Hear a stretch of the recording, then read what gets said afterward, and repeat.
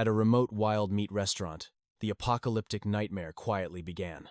The owner was preparing a captured otter, only for the beast to sink its teeth deep into his flesh. Blood spilled, but no one could have predicted the sheer horror waiting that night. Every single customer who dined there lost their sanity, descending into an absolute, bloodthirsty madness. The restaurant owner himself devoured his own wife's flesh. Meanwhile, Kang was just an ordinary second-year university student. That very same day, he visited the local hospital for a routine checkup, only to receive a devastating death sentence. The doctor revealed he was suffering from terminal brain cancer. His time in this world was rapidly ticking down. The news struck him like a terrifying thunderbolt. Deep down, his fragile soul crumbled into absolute despair. By noon, Kang dragged his heavy heart onto a field trip bus. But fate offered no mercy. The moment he stepped aboard, a golden-haired thug targeted him. Kang tried to fight back, but he was utterly powerless against the brute's strength. His body had been terribly weak and frail since childhood. The inevitable result? The golden-haired tyrant rained merciless blows upon him, landing every single devastating strike. Kang's closest friend, Tin Lac, desperately tried to intervene, but two lowly lackeys blocked her path. Little did they know, she was a fiercely trained martial artist. In a flash of graceful movement, she effortlessly locked the long-haired lackey's arms. Seeing the chaos, the driver roared in absolute fury. "What do you brats think you are doing? One more punch and I am pulling this bus over." But the exact moment those words left his mouth, a heavy thud echoed through the vehicle. Something had smashed into the windshield. The driver, instantly, slammed on the brakes and stepped out to investigate the eerie silence. There was no one in sight, only a chilling smear of fresh blood on the bumper. Back inside the suffocating bus, the golden-haired tyrant was still treating Kang like a human punching bag. Suddenly, a blood-soaked hand slammed violently against the glass. What followed was a rotting, nightmarish face that defied all logic. That single, terrifying sight sent a shockwave of pure dread through every soul on board. In the blink of an eye, the monstrosity lunged. It sank its rotting teeth straight into the driver's neck. Crimson blood erupted like a geyser. Panic consumed the golden-haired thug. He scrambled into the driver's seat, stomped on the gas, and mercilessly crushed both the driver and the infected beast beneath the heavy tires. But their nightmare was far from over. The bus had barely moved an inch when another bloodthirsty creature threw itself at the window. Razor-sharp teeth and a horrifyingly long tongue thrashed against the glass, stopping mere inches from the thug's terrified face. He violently cranked the steering wheel in a desperate drift. But the zombie refused to be shaken off. Its decaying fingers locked onto the windshield wiper in an unyielding death grip. With terrifying speed, it shattered the glass and lunged for his throat. In that split second of life and death, Tin Lac drew her blade. A flawless thrust pierced the monster, followed by a powerful kick that sent it flying out the window. Her swift strike bought the passengers a momentary breath of life. In the back row, Kang desperately checked his phone. The screen was shattered from the ruthless beating. He was completely cut off from the world, unable to call his parents or his little sister to check on their safety. An agonizing eternity passed, until the battered bus finally rolled into a desolate transit station. A suffocating, deathly silence hung in the air. Not a single living soul could be seen. The trembling group had barely stepped off the bus when the long-haired lackey let out a piercing scream. "There is someone over there!" His eyes widened in absolute shock as he recognized the figure slumped on the ground. It was his mother. Driven by blind relief, he sprinted straight into the shadows. But the moment his trembling hand touched her shoulder, she slowly turned around. A purple, decaying face stared back at him. It was a monstrous visage of pure terror. The horrifying truth crashed down on them. This entire station was a nesting ground for the undead. Slowly, the horde turned their heads, locking their hollow, ravenous eyes onto him. Before he could even scream, the long-haired boy was torn apart, becoming nothing more than fresh meat. The scent of blood triggered an absolute frenzy. The zombie horde swarmed out to hunt. Chaos erupted as the survivors scattered for their lives. In the midst of the hellish stampede, Kang's eyes locked onto a familiar crimson car, his family's vehicle. He dropped to the shadows, desperately evading the infected monsters, and dragged his battered body toward the car. But his fragile hope was brutally shattered. The seats were completely empty. Beneath the steering wheel lay his father's phone, glowing with a drafted message. "My beloved son, we are heading to the hospital to get you. Do not wander off. My son, run away right now. Reading those final, desperate words, Kong's tears spilled over like a broken dam. Deep down, he knew the absolute worst had already claimed his beloved family. But right at that moment of soul-crushing despair, a tiny hand weakly tugged at his blood-stained shirt. He turned around. It was his precious little sister, 𝐸 She had miraculously survived. The two siblings instantly collapsed into each other's arms, weeping uncontrollably. Mom told me to hide. Mom and Dad disappeared. I cannot find them anywhere. Why did it take you so long to come back? Tears streamed down Kong's bruised face. I am so sorry, 𝐸. Your big brother was too late. But the apocalyptic world granted them no time to mourn. A sudden, deafening crash echoed as a mutated zombie smashed through the window, ready to rip them apart. Just as death loomed, 𝐸 descended like a storm. Her blade flashed, instantly piercing the creature's rotting skull. Bathed in the dying light of the crimson sunset, she looked like an absolute goddess of war. Wasting no time, the trio sprinted toward an abandoned supermarket nearby. They slammed the heavy metal shutters, all the way down. Panting in the heavy darkness, the pieces of the puzzle finally clicked. That morning's news flashed in their minds. Dozens of patients had gone violently insane after dining at that wild meat restaurant. The horrific truth was undeniable. That cursed meal was the absolute origin of this apocalyptic outbreak. The golden-haired thug barked out a ruthless survival plan. They needed a fast runner to act as human bait, draw the ravenous horde away, while the rest escaped to the fruit store, across the blood-stained street. But a heavy silence filled the room. Who would willingly offer themselves to the jaws of death? Seeing their hesitation, the thug maliciously snatched little 𝐸. Let us just use this useless brat as the bait. 𝐸's eyes blazed with roaring fury. 𝐸, have you lost your damn mind? The arrogant thug simply smirked. In his twisted logic, bait needed to be light and easy to toss to the wolves. Kong roared, lunging forward to save his only remaining blood relative. But the ruthless thug viciously kicked him in the gut, sending him crashing across the cold floor. You can just wait here and rot. In hell with your pathetic sister. 𝐸's patience entirely snapped. The metallic ring of her drawn sword echoed through the room. Seeing her deadly intent, 𝐸 callously tossed the weeping girl to his lackeys, ready to clash with the martial artist. You always protected this useless weakling, and it seriously pissed me off. Now you better learn your place and behave. Agony flared through Kang's frail body. The brutal kick left him paralyzed on the floor. His mind raced to his lost parents and his terrified little sister. His brain cancer was already a cruel ticking clock, robbing him of his future with them. Why was destiny so mercilessly cruel? Why was he condemned to lose everything? Why was he always too utterly weak to protect a single soul? At that exact moment, the heartless lackeys pried the shutter open, preparing to toss his little sister into the jaws of the undead horde. Stop! Kong's desperate roar shattered the tension. I will do it. Let me go outside. An unshakable, blazing resolve ignited within his crumbling soul. Even if it cost his pathetic life, he would shield his sister. He glared at the thugs, his voice trembling but fiercely determined. Do not throw my sister out. I will lure those monsters away myself. Hearing this, the thug smirked and shoved the crying girl back into Kong's arms. He gently stroked his sister's hair, forcing a heartbreaking smile. Listen to me carefully.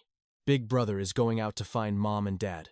You stay right here and wait for us, okay? She instantly burst into agonizing sobs. No, you cannot go. Please do not leave me behind. With a shattered heart, Kong passed his precious sister into 𝐸's protective embrace. Please, keep her safe for me. Without warning, he wrapped his arms around both of them in one final, desperate hug. Thank you for absolutely everything, 𝐸. 𝐸, from now on, you must listen to everything she tells you. The moment the heavy words left his lips, Kong turned his back. He forced himself to ignore his sister's soul-crushing cries. He walked right past the smirking 𝐸, the two men exchanging a cold, silent gaze. The heavy metal shutter screeched open, leaving Kong to step out alone into the bloody streets to face the ravenous sea of the undead. In a flash, 𝐸 tossed him her only weapon, her precious sword. Take this. You absolutely must make it back alive. The bleeding twilight cast a tragic glow over the fallen city. It was one frail mortal standing against a limitless tide of bloodthirsty, frenzied horrors. Kong raised the blade. A boundless, overwhelming fury boiled in his veins. Because of these vile monstrosities, His family was gone. They had ruthlessly stolen his final chance to say a proper goodbye to the people he loved. Just as Kong drove his blade forward to execute an approaching ghoul, the creature slowly turned its head. A painfully familiar face emerged from the rotting decay, freezing Kong completely in his tracks. It was his father. The man who raised him had mutated into the very nightmare he despised. But this monstrous husk held no lingering memories. Driven purely by predatory instinct, the infected father lunged mindlessly at his own flesh and blood. A horrific spray of crimson painted the air. The monster's fangs sank deep into Kong's neck. The excruciating pain spiked as another mutated beast crashed into him, pinning his frail body to the blood-soaked pavement. But in this darkest moment, an ancient system was about to awaken. That monstrous figure was none other than Wu Kang's own mother. But her warm, gentle smile was gone, replaced by a twisted purple visage of pure malice. His parents couldn't recognize him anymore. Their souls had already perished inside those rotting flesh suits. In what he thought were his final moments, Wu Kang embraced them tightly. He tilted his head to the heavens and roared, "I refuse to accept this fate. Why couldn't I even say a proper goodbye?" Meanwhile, inside the supermarket, the survivors watched everything unfold. But only Xiaoxing and Xing Luo wept for his tragic end. As the world crumbled, human hearts turned to ice. An unknown amount of time passed. Scavenger birds caught the scent of death. A flock of vultures descended to claim their gruesome feast. One of the vile creatures locked its greedy eyes straight onto Wu Kang's lifeless corpse. It thought it had found an easy meal. But just as its razor-sharp beak neared his face, a pale hand shot out like lightning, crushing its neck. In a shocking twist of fate, Wu Kang slowly rose from the dead. Driven by primal hunger, he sank his teeth into the bird. He devoured its raw flesh in an absolute frenzy. But suddenly, his body violently rejected the meal. He threw everything back up. The surrounding undead tilted their heads in sheer confusion. Why was their fellow zombie getting sick from raw meat?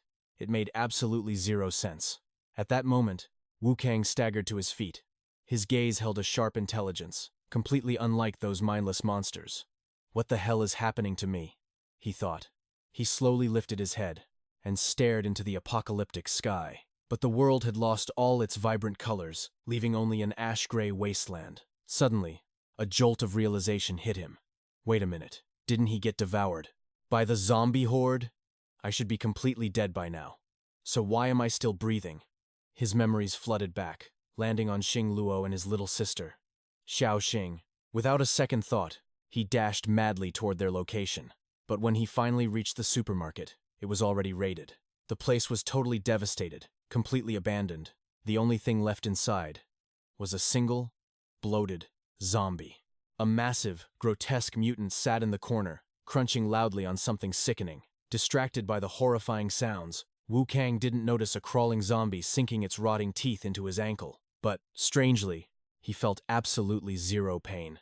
His nervous system had completely changed. He stomped toward the fat mutant, noticing something dangling from its bloody jaws. A pink sports band. Wu Kang's undead heart dropped. It was Xing Luo's signature thigh band. An earth-shattering fury erupted from his very soul. He hoisted the massive mutant up by its throat. His newly awakened strength was so terrifying. His claws pierced straight through its thick hide.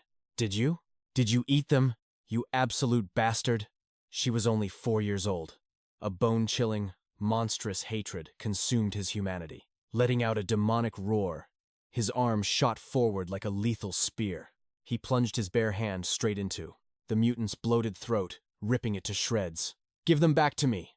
Suddenly, a muffled sound echoed from the shadowed aisles. Wu Kang's predatory instincts flared as he investigated. Lurking in the darkness was one of the vicious scumbags from Li Tianxi's gang. The thug locked eyes with Wu Kang and screamed in absolute terror. "Monster! Zombie!" His pathetic shrieks echoed, instantly drawing the attention of the undead horde outside. The rabid monsters swarmed through the doors, lunging straight for Wu Kang. But with a single, devastating swipe of his newly mutated claws, he sliced them cleanly in half. The gang member trembled, finally realizing that the blood-soaked beast standing before him was none other than the man they left for dead. "Wu Kang!" Pointing a shaking finger, he stammered, You are a monster."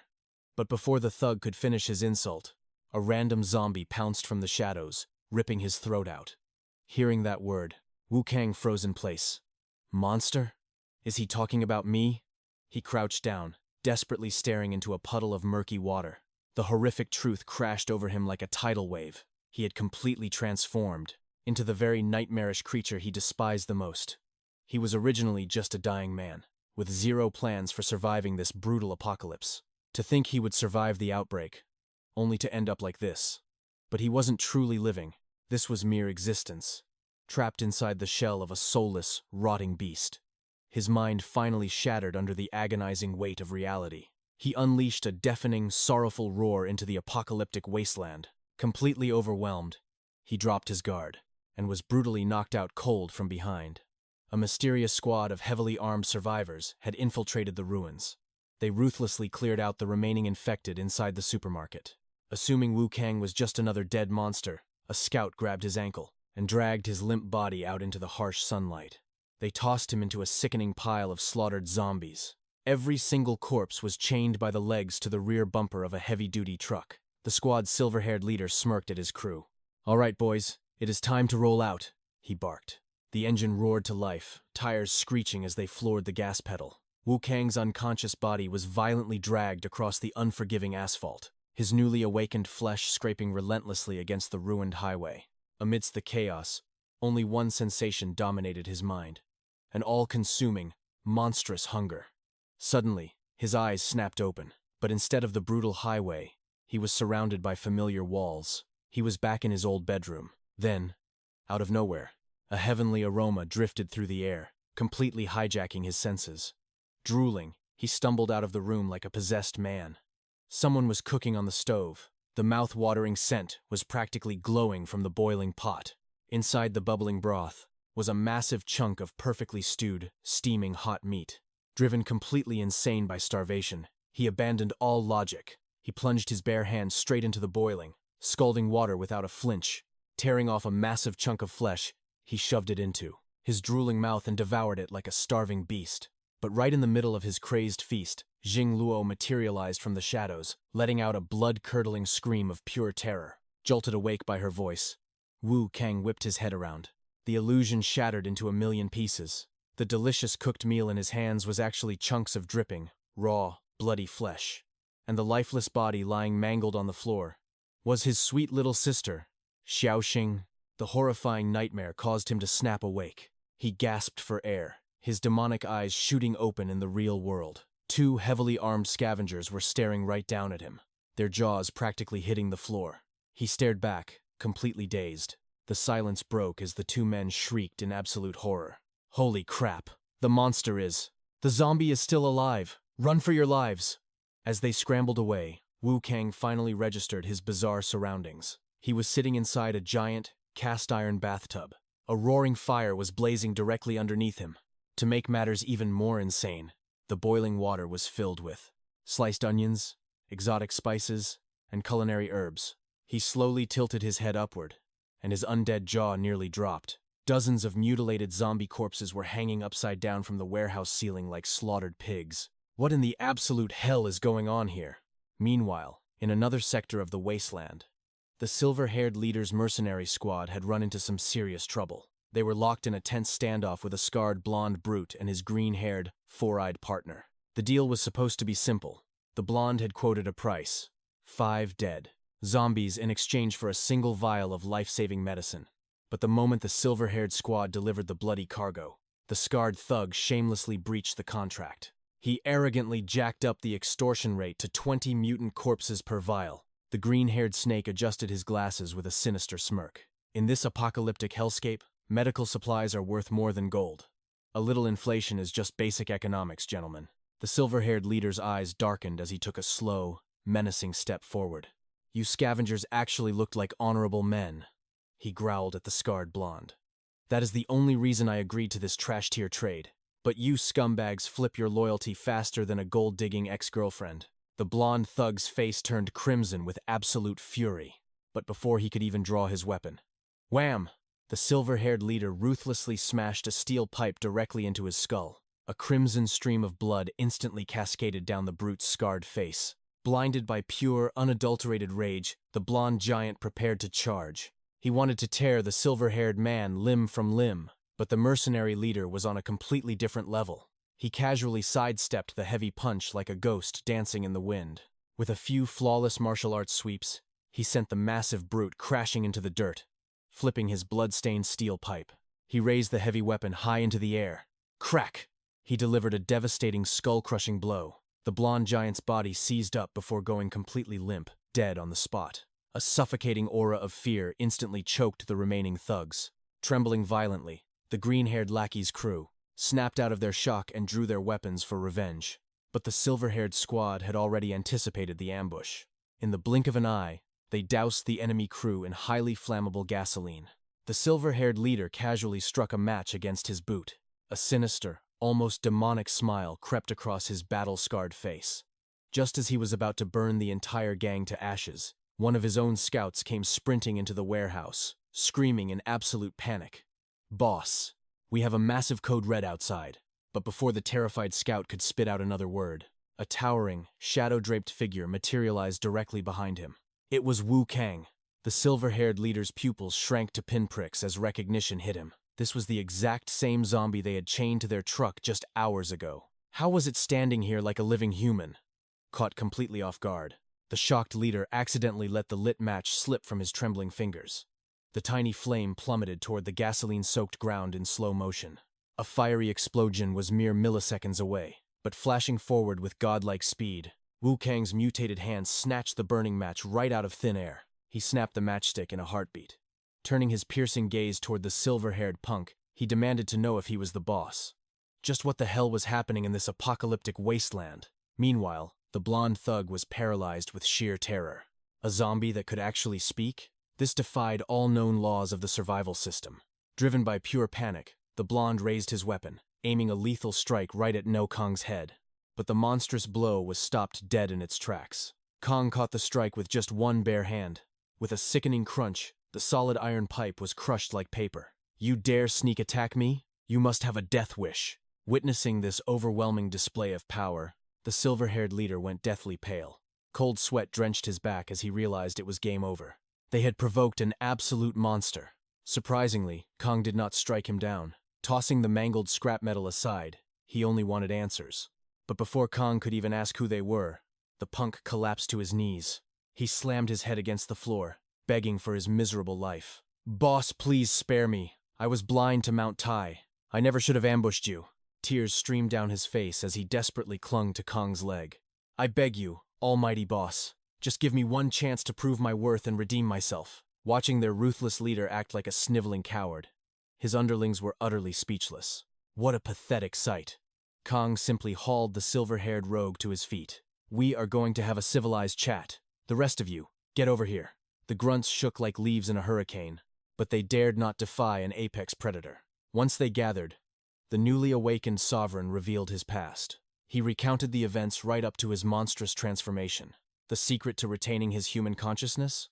It was highly likely linked to his terminal brain cancer. The silver-haired leader chimed in with a survivalist theory. He suspected that these undead creatures rarely devoured their prey completely. Just like wild mammals, they would naturally leave the bones behind. The zombie horde was absolutely no different.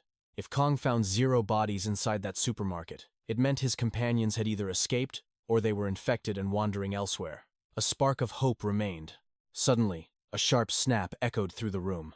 The rope suspending a captive zombie from the ceiling completely gave way. The decaying creature plummeted to the ground, crashing directly into the roaring campfire below. Flames instantly engulfed the rotting flesh. A bizarrely appetizing scent of roasted meat filled the suffocating air.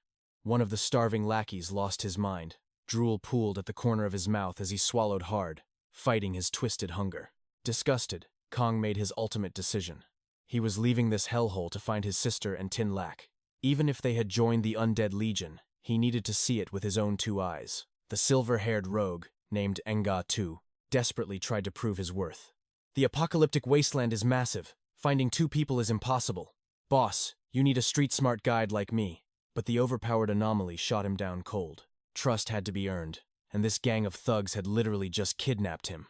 The awakened warrior's philosophy was simple. Without mutual faith in this dark era, forced alliances would only lead to inevitable betrayal. Frustration boiled over inside Nga Tu. Realizing his golden ticket to survival was leaving, He viciously kicked a nearby subordinate. The clueless grunts were completely baffled. Why was their proud leader acting like a desperate dog for this stranger? After all, that guy was a literal zombie. A ticking time bomb that could snap and devour their flesh at any second. 𝐻𝐸 glared at his ignorant crew. You brainless fools know absolutely nothing. In this apocalyptic nightmare, a zombie possessing human intelligence and combat skills is the ultimate super weapon. Meanwhile, as Kang strolled past his awakening room, a sickening, wet crunch echoed through the silence.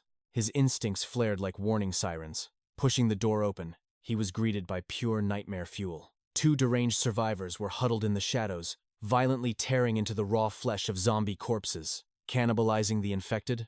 Their twisted logic was terrifyingly simple. If the monsters eat us, we will eat them right back. Spotting the fresh intruder, a long-haired mutant shrieked and launched himself at the protagonist. Simultaneously, the rest of 𝐸𝐸's gang were facing their own doom in the other room. The undead horde had breached the perimeter. A thug lingering by the window screamed as jagged teeth tore his throat apart. In a flash, a tsunami of rotting bodies shattered the glass and flooded the room. The blonde punk squeezed his eyes shut, awaiting the agonizing embrace of death. But a steel pipe mercilessly pierced the monster's skull.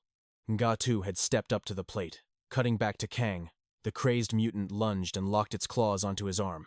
Big mistake. A devastating front kick sent the freak rocketing into the concrete wall. Yet, an unsettling realization hit the system bearer. The sheer physical resistance of this freak was leagues beyond a normal human. The horrifying truth dawned on him. Consuming infected flesh triggered a grotesque mutation. It stripped away their humanity, leaving behind pure, unadulterated monstrosities. Suddenly, 3 bloodthirsty mutants attacked simultaneously, but numbers meant absolutely nothing to an awakened sovereign. Out of nowhere, a stray zombie aimed for Kang's blind spot. Yet before he even twitched, a savage blow from 𝐸𝐸 crushed the creature's skull. Seeing their leader take a heroic stand, the terrified lackeys desperately sprinted toward them. They knew their only ticket out of hell was sticking close to these two absolute powerhouses. At the center of the chaos, Kang was treating the apocalypse like a walk in the park. He carved through the undead horde with effortless grace. The foul beasts managed to sink their teeth into him, but the overpowered hero did not even flinch. After all, his veins already pumped with infected blood.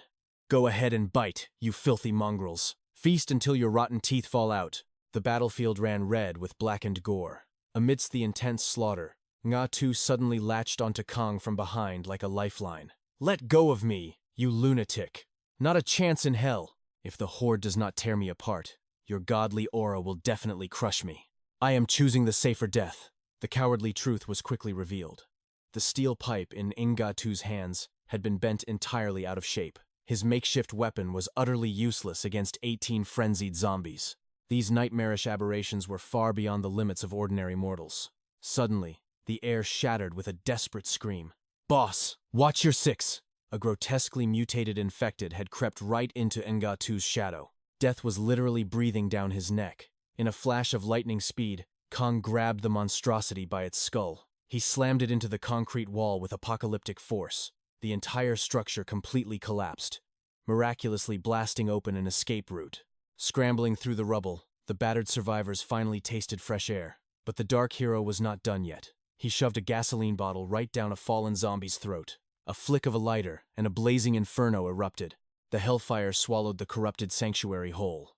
Let us dive into the system files for a moment. Our overpowered protagonist, No Kang, 17 years old, standing at 1.83 meters. Once an elite genius student, his fate was derailed by terminal brain cancer. Then there is the silver-haired rogue, true name, 𝐸𝐸, 23 years old, hitting 1.77 meters. Forged in the fires of an abusive childhood, his dark past birthed a ruthless, violent disposition perfect for this broken world. Next up is Lee Thien-tai, somewhere between 19 and 21, towering at 1.88 meters, a wealthy elite heir turned sociopath, whose methods of execution are pure nightmare material. And finally, the elusive Tin Lac, 18 to 20 years old, standing at 1.68 meters. She was the undisputed goddess of the campus, a beacon of warmth and generosity. Snapping back to reality, the silver-haired rogue realized Kang was truly leaving. You will never find them out there. The wasteland swallows everyone whole, and even if you do, it is utterly useless. A lone wolf dies in the apocalypse. Even with zombie blood in his veins, you cannot protect a damn thing on your own. Form a survival party with me. Toss trust out the window. We exploit each other to survive. A clean transaction with zero strings attached. The awakened sovereign stopped in his tracks. Turning around, he lightly tapped the rogue's stomach. Pain instantly exploded across Ngatu's face. His eyes bulged in sheer agony. You are half dead already, yet you still bark like a tough guy. A faint smirk crossed the protagonist's face as he hoisted the wounded rogue onto his back. Fine. Show me what kind of hidden trump card you are holding. The overpowered main character had officially formed his first alliance, but fate loved a cruel joke.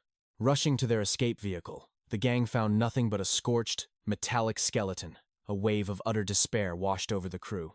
Their luck was absolute garbage. Furious, the silver-haired leader slapped his subordinate across the face. I told you not to park downwind from the blast zone. Did you think my orders were some kind of sick joke? The enraged boss was practically breathing fire. If the Supreme Sovereign had not intervened, I would have skinned you alive right here. Just as morale hit rock bottom, a smug voice shattered the tension. It is just a piece of metal, boys. No need to pop a blood vessel over it. Stepping out of the shadows was the bespectacled survivor. Against all odds, the tactician had cheated death, and dangling from his fingers gleamed a brand new set of car keys. Suddenly, the scene cut to a heart-pounding chase. Footsteps hammered against the pavement with explosive speed. The terrifying gap between predator and prey was rapidly vanishing. Disaster struck in a split second. The desperate survivor violently tripped, his stamina completely drained. The bloodthirsty infected lunged for the kill, but a razor-sharp steel pipe materialized out of thin air, impaling the monster's skull in one clean strike. Yet, the victory was short-lived. The mutant's dying, blood-curdling screech awakened an endless tidal wave of the undead. The young man did not flinch a single bit. He struck a match and calmly tossed it into the pile of straw by the road. A deadly trap, already soaked in oil. He and his ruthless crew had planned a horrifying mutant hunt. They gathered the infected corpses, washed the rotting flesh, and threw it all into a boiling pot. Soon enough, a sickeningly sweet aroma filled the air. But these twisted hunters did not eat right away. They stepped into a nearby room. Inside, huddled masses of survivors trembled, their faces pale with absolute terror and deep despair. Without hesitation, they grabbed a fragile little girl, dragging her out violently as she begged for mercy. Then, the unthinkable happened. They forced the weeping child to consume the boiled mutant flesh. Time ticked by slowly. When they saw the girl had not mutated, greedy smiles crept onto their faces. The feast of madness began. They devoured the forbidden meat like starving beasts, while the traumatized girl could only curl up in a dark corner, tears streaming down her face. Brother, I am so terrified. This helpless child was none other than Wu Kang's beloved little sister. Meanwhile, our overpowered main character remained completely unaware of the living hell his sister was enduring. He was currently pulling a massive vehicle deep into a desolate forest. Suddenly, an endless sea of the undead blocked their path. Wu Kang instantly ordered his crew to stay locked inside. Aura flared around him as he prepared for a bloodbath. But then, the impossible happened. The mindless horde completely ignored his towering presence, marching right past him like men possessed. Seeing this bizarre phenomenon, his party members were left in absolute shock inside the armored car. Why are those monsters completely blind to our existence? The answer revealed itself moments later. The monstrous wave was being drawn toward a raging fire, burning in a distant settlement. There is something horribly wrong with that village, Wu Kang declared. Brace yourselves and buckle up. Hearing the absolute authority in his voice, his comrades scrambled to obey, strapping in tightly for the ride of their lives. Ready, boss. Wait, actually, I am not prepared at all. Before the terrified subordinate could even finish his sentence, Wu Kang yanked the heavy transport forward, launching them at a terrifying, breakneck speed. Back in the doomed village, the greedy survivors were still stuffing their faces with the cursed meat, completely unaware that beneath their clothes, hideous crimson veins had already begun to spread. The awakening of the virus was imminent. Footsteps echoed from the shadows. An older man quickly scooped up a bowl of the vile stew, offering it with absolute submission. The figure stepping into the light was none other than Li Tianzi, the vile scum who had turned Wu Kang into a half-monster. Taking one look at the chaotic feast outside, his face twisted in rage as he delivered a brutal slap. You absolute fool! Who gave you permission to leave the gates wide open? Shut them right this second! Though paralyzed by the fear of the undead, the old man feared 𝐸𝐸 even more. But as he rushed out, a chilling sense of dread washed over him. Something was terribly wrong here. Why had the infected horde gone completely berserk tonight? Survival instincts kicking in, the old man hesitated. Seeing this, the ruthless tyrant aimed his deadly crossbow, forcing the trembling elder toward the heavy gates. Left with no choice, the terrified man reached out his shaking arm. But from the pitch-black darkness, a decaying purple hand shot out like lightning. It clamped onto his wrist with crushing, supernatural force. Jagged claws dug deep into his flesh, sending blood spraying into the night. A bone-chilling shriek escaped the old man's lungs. He thrashed wildly in agonizing pain, but he could not break free from the monstrous grip. In the blink of an eye, he was violently dragged into the abyss, torn to shreds by the ravenous, mutated swarm. The rules of survival had shattered, for some terrifying reason. These abominations no longer feared the raging flames. The apocalyptic horde flooded into the compound like a tidal wave of death. Blood-curdling screams of despair echoed endlessly under the blood moon. Realizing their absolute defense had fallen, the cowardly 𝐸𝐸 and his pathetic goons scrambled for their lives, leaving the innocent little sister completely abandoned in the dark room. Shivering violently, she sobbed, "Brother, where are you?" Just as the shadows closed in, a deafening explosion shattered the night sky. The legendary main character had finally arrived, dragging the colossal transport vehicle right up to the gates. Without missing a beat, Wu Kang unleashed a devastating iron chain. The massive, heavy steel links transformed into a weapon of absolute destruction in his awakened hands. A brutal symphony of carnage began. Any mutant foolish enough to step into his domain was smashed into the sky. Once the horde was utterly annihilated, the trembling survivors finally dared to crawl out of the ruins. But upon seeing Wu Kang's terrifying half-mutant appearance, their faces drained of color. "It is an evolved monster! Run for your lives!" Ignoring the pathetic extras, 𝐬𝐯 slowly stepped down from the armored vehicle, mentally cursing all 18 generations of our overpowered protagonist's ancestors. The blonde-haired coward genuinely believed his boss was about to feast on him. Yet, Wu Kang completely ignored him, marching straight into the shattered house. His cold eyes softened the moment he saw his little sister. He gently reached out his scarred hand, wanting nothing more than to comfort her. But fate is cruel. Terrified by his monstrous form, the little girl screamed, "Do not eat me! Get away from me!" Those words struck him harder than any physical blow. Our stoic hero froze completely. A suffocating wave of utter despair crashed over his soul. Has my mutation turned me into a monster? So much that my own sister no longer needs me? I am so sorry, my sweet sister. Your brother is truly useless. As the little girl sobbed helplessly, she slowly lifted her tear-stained face. Peering through the shadows, she realized the imposing figure was not a nightmare-inducing beast at all. It was her very own brother. Trembling, she reached out her tiny hands, touching his cold cheek. "Is it really you, brother?" Without a second thought, she threw herself into his sturdy embrace, bursting into heart-wrenching tears of relief. "I will be a good girl. Please do not ever throw me away again." The unbreakable wall around Wu Kang's heart finally shattered. Holding his precious sister incredibly tight, he made a silent vow. "I swear on my life, I will never leave your side again." But this touching family reunion was abruptly shattered by 𝐬𝐯's panicked voice. "Boss, I really hate to ruin this heartwarming moment, but something completely twisted is happening out here." The horrific truth of the infected meat was finally unleashing its wrath. The cannibals were violently tearing at their own skin. It burns. It itches so badly. The absolute madness had taken over. One man, pinned beneath heavy debris, literally ripped his own crushed leg apart just to scratch the agonizing infection. Sensing the fatal danger, Wu Kang immediately handed his sister over to his subordinate for protection. Striding forward, he locked eyes with the blonde coward. "Are you infected too?" But it was already too late. The system had claimed another soul. The blonde's eyes rolled back as the mutant virus hijacked his brain. Snapping his jaws open, he lunged directly at our overpowered hero's throat. But Wu Kang's combat reflexes were simply god tier. In a fraction of a second, he ruthlessly slammed the infected freak's head into the dirt.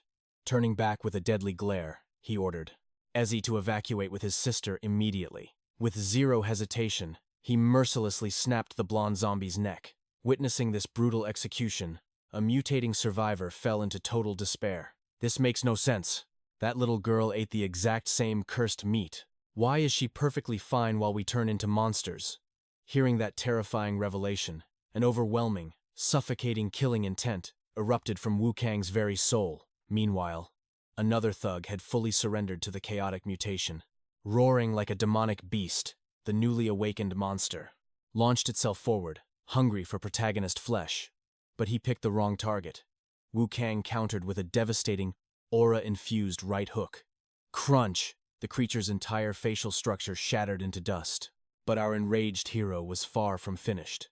He mercilessly snapped the monster's right arm like a fragile twig, his eyes blazing with absolute, unyielding wrath. Cut back to his retreating comrades.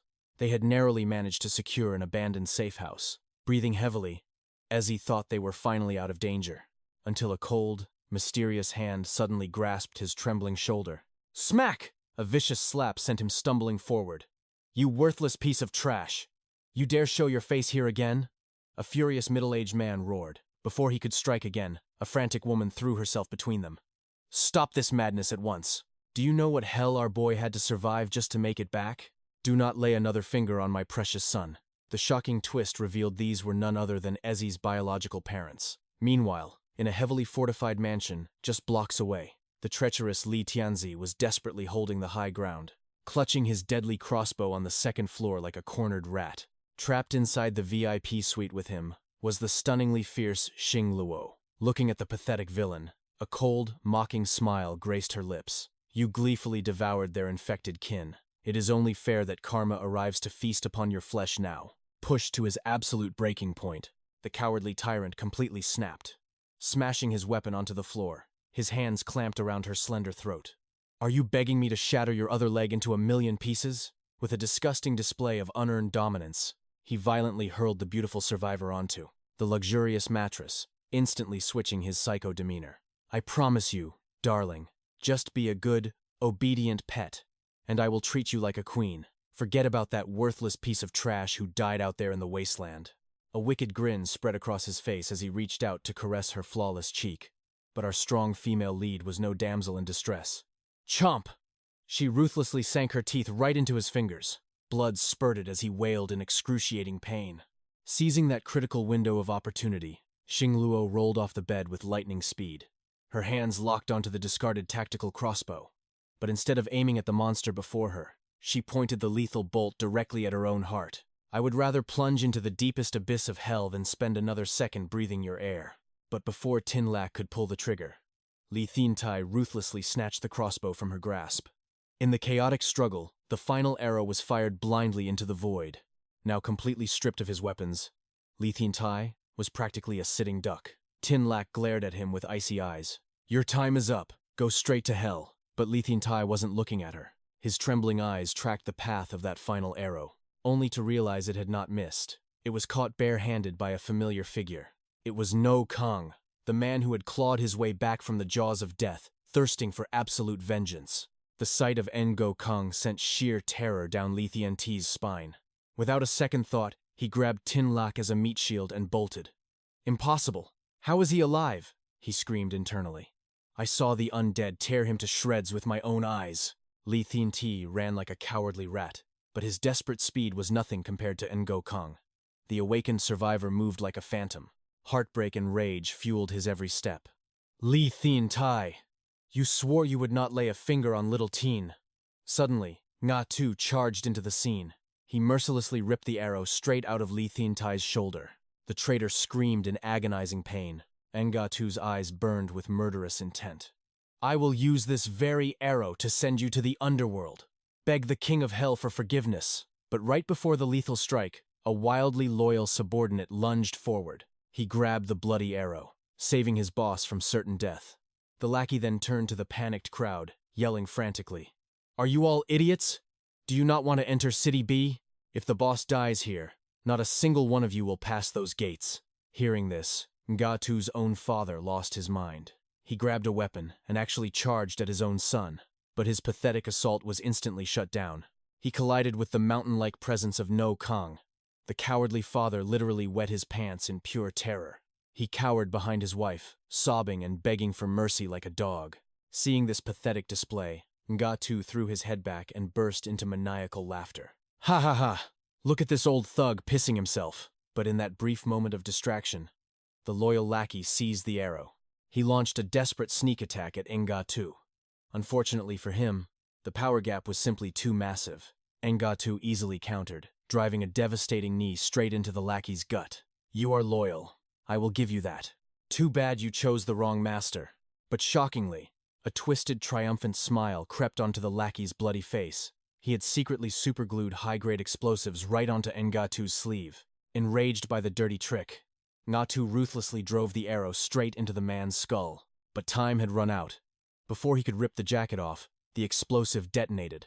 A deafening blast ripped through the air, echoing for miles and alerting every flesh-eater in the vicinity. As the thick smoke cleared, 𝐻𝐸𝐸's right arm was scorched black, flesh peeling from the sheer heat. A bone-chilling agony shot straight to his brain. He collapsed to the ground, thrashing and screaming in pure torment. Ah, it burns, it hurts so much. Consumed by agonizing fury, he began viciously kicking the lackey's lifeless corpse. You degenerate scum, you bastard. 𝐻𝐸𝐸 quickly intervened, holding him back. Enough. 𝐻𝐸𝐸. He is already dead. But blinded by pain, 𝐻𝐸𝐸 actually slapped 𝐻𝐸𝐸 across the face. So what if he is dead? My body is a temple. My flawless skin was supposed to remain completely unblemished. I cannot have a single scar. Sighing at the dramatic outburst, 𝐻𝐸𝐸 called over the bespectacled doctor. The medic quickly examined 𝐻𝐸𝐸's charred arm. After a tense moment, he adjusted his glasses. The bone structure is intact, but the flesh is completely barbecued. Hearing this devastating diagnosis, 𝐻𝐸𝐸 wailed even louder. My beautiful arm is ruined forever. But their time was up. The massive explosion had acted like a dinner bell. A horrifying sea of zombies was rapidly swarming their location. 𝐻𝐸𝐸's authoritative voice instantly cut through the panic. Everyone, get inside the house now. He had scavenged a massive stash of explosives from the fallen men. Gathering the trembling survivors in the room, 𝐻𝐸𝐸 issued a grotesque command. Smear the zombie blood all over your bodies. These rotting corpses will temporarily mask your human scent. Turning to the still-sniffling 𝐻𝐸𝐸, 𝐻𝐸𝐸 outlined the survival plan.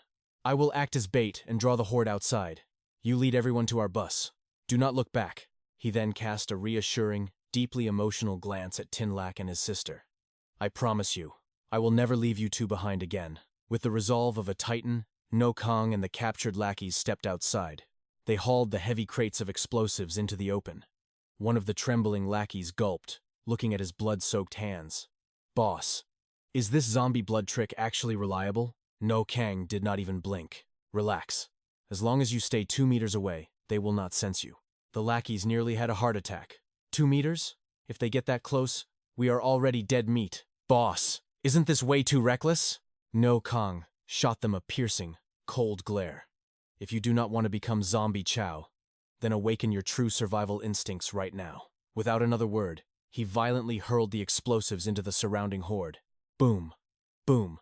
The earth-shattering blasts threw the undead into total chaos. Seizing the opening, the group sprinted desperately through the blazing inferno. Once the terrifying horde was entirely drawn away by 𝐻𝐸𝐸, 𝐻𝐸𝐸 and the remaining survivors cautiously crept out of the shadows. Their absolute lifeline was the reinforced bus, parked just outside the village. Miraculously, the path was entirely clear of monsters. It did not take them long to reach the vehicle. But just as everyone scrambled to get on board, 𝐻𝐸𝐸 viciously yanked 𝐸𝐸𝐸 by the hair. Where did you hide my stuff, you rat? Take me to it, right now. Meanwhile, following the lackey's directions, 𝐻𝐸𝐸 successfully located the village's fireworks warehouse. Suddenly, a mutated zombie smashed through the door, lunging for fresh meat. Panicking, one of the lackeys foolishly tossed a live explosive at it. The blast barely scratched the monster, but the deafening noise instantly summoned an endless tide of its terrifying brethren. Just as the lackeys thought they were doomed to be eaten alive, 𝐻𝐸𝐸 surged forward like an unstoppable beast. He grabbed the mutated zombie by its skull and hurled its massive body straight into the incoming horde. The sheer force sent dozens of monsters flying out of the building. The lackeys could only give a trembling thumbs up. Our boss is overwhelmingly overpowered. But then, they noticed something terrifyingly majestic. 𝐻𝐸𝐸's injured eye had mutated. The sclera turned a horrifying blood red, while the pupil glowed a chilling silver. He had successfully awakened an ocular system ability. Observation skill activated. Every human and monster heat signature was now completely visible. Wielding a heavy-duty fireworks launcher like a divine weapon, 𝐸𝐸𝐸 unleashed a barrage of blazing fury upon the endless horde. The blinding, explosive heat instantly incinerated the rotting flesh of the undead. Even those that survived the initial blast found themselves violently lassoed by his deadly ropes, completely trapped. There was absolutely no escape from this one-sided massacre. The scorching projectiles pierced straight through their rotting skulls, exploding from the inside out. In mere moments, 𝐸𝐸𝐸 had single-handedly annihilated the entire swarm. Meanwhile, up on the second floor, 𝐸𝐸𝐸 finally recovered his precious items, but the blazing inferno below had completely engulfed the stairs. With no other choice, he yelled down to the overpowered main character. "Boss, catch me!" Without a second thought, 𝐸𝐸𝐸 took a leap of faith. He fully trusted his invincible leader to save him. However, 𝐸𝐸𝐸 conveniently forgot one massive detail. He was still physically tied to 𝐸𝐸𝐸𝐸𝐸. As he plummeted, the sheer weight yanked the traitorous scum down with him. Two grown men flailing through the air like tangled fish. Even the overpowered 𝐸𝐸𝐸𝐸 was speechless. How the hell am I supposed to catch that? Leaving the chaotic duo to gravity, he immediately went to secure his sister and Tinlac. Suddenly, the heavens opened up, pouring down a massive rainstorm. The water mixed with the ashes, causing the grotesque, stomach-churning stench of roasted zombie flesh to spread everywhere. Inhaling this demonic scent, several survivors instantly began losing their minds, their eyes rolling back in feral madness. The bespectacled doctor's face went pale. The smell of cooked mutant flesh was destroying their sanity. He had witnessed this exact nightmare before. 2 weeks into the apocalypse, he and his medical colleagues, along with several patients, had been securely barricaded inside the hospital locker room. Because the outbreak happened so suddenly, they were trapped with nothing but a handful of pitiful snacks. Within a fortnight, the food supply hit absolute zero. The doctor remembered a starving man, reduced to mere skin and bones. Yet, the dying man kept forcing his last crumbs upon his pregnant wife. As an experienced physician, the bespectacled doctor had seen the terrifying signs. The man's life force was flickering out like a dying candle. What horrifying tragedy was about to unfold in that locked room? 2 days of absolute hell. His body was decaying, pushed to the absolute breaking point. Just as his consciousness was slipping, a sickly sweet scent hit him. "Honey, is that food? Did you bring me some meat?" His pregnant wife stared in absolute horror. He was not acting human anymore. Dropping to all fours, he scrambled across the floor, sniffing the ground like a rabid beast. "It smells incredible," he growled, tearing out of the room. Desperate, his pregnant wife ignored everyone's warnings and chased after him. But a moment later, a blood-curdling scream echoed through the halls. She fell to her knees, violently throwing up at the nightmare before her. Her husband was feasting, ripping into the rotting flesh of a mutated zombie. His face twisted into a demonic snarl as he locked eyes with her. In a flash of pure brutality, he lunged. The doctor could only watch in paralyzed terror as the monster devoured his own pregnant wife alive. Snap back to reality. Right here, right now, 𝐸𝐸𝐸𝐸's father had fallen to the exact same madness. He was viciously tearing into a zombie corpse, tears streaming down her face. His mother dropped to her knees. "Please, save your father," she begged. 𝐸𝐸𝐸's eyes were colder than ice. 15 years ago, he whispered. "Did you ever beg him to save me? In this cursed bloodline, nobody saves anybody." Without blinking, 𝐸𝐸𝐸𝐸 raised his steel pipe. Crack! He instantly crushed the skull of an infected woman lunging at them. "They are already gone. Do not waste my time." Step by step, 𝐸𝐸𝐸𝐸 approached the monster that used to be his father. The creature looked up, flashing a twisted, nightmarish grin. A wave of pure nausea hit 𝐸𝐸𝐸𝐸. The trauma of that night, 15 years ago, came rushing back. He remembered being tied down, forced into a little girl's dress, his own flesh and blood. His father had sold him off to a twisted degenerate. But when the sick buyer realized 𝐸𝐸𝐸𝐸 was actually a boy, all hell broke loose. Enraged by the scam, the man beat his father into a pulp.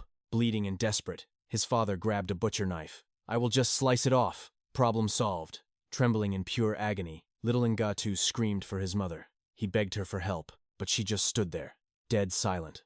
Now, 15 years later, the wheel of fate had turned. 𝐸𝐸𝐸𝐸 raised his weapon to execute his demonic father. But suddenly, a shadow moved. 𝐸𝐸𝐸𝐸𝐸 snatched the steel pipe and hurled it like a javelin. Boom! The pipe completely obliterated the monster's chest. No Kang would not let his younger brother bear the karma of killing his own father. By sunrise, the survival group abandoned the ruined village. They secured a hidden mountain cave to establish a temporary safe zone. The traitor, 𝐸𝐸𝐸, was bound tight under heavy guard. Meanwhile, 𝐸𝐸𝐸 sat silently by the river. Kang quietly walked over and took a seat beside him. "Are you out here trying to cry like a baby while everyone is asleep?" 𝐸𝐸𝐸 scoffed. "Boss, is that really how you comfort people?" Staring at the running water, No Kang's voice grew heavy. "In this apocalyptic world, logic is dead. 1 second, you are bathed in hope. The next second, the heavens crush your soul into dust. None of this nightmare makes any sense.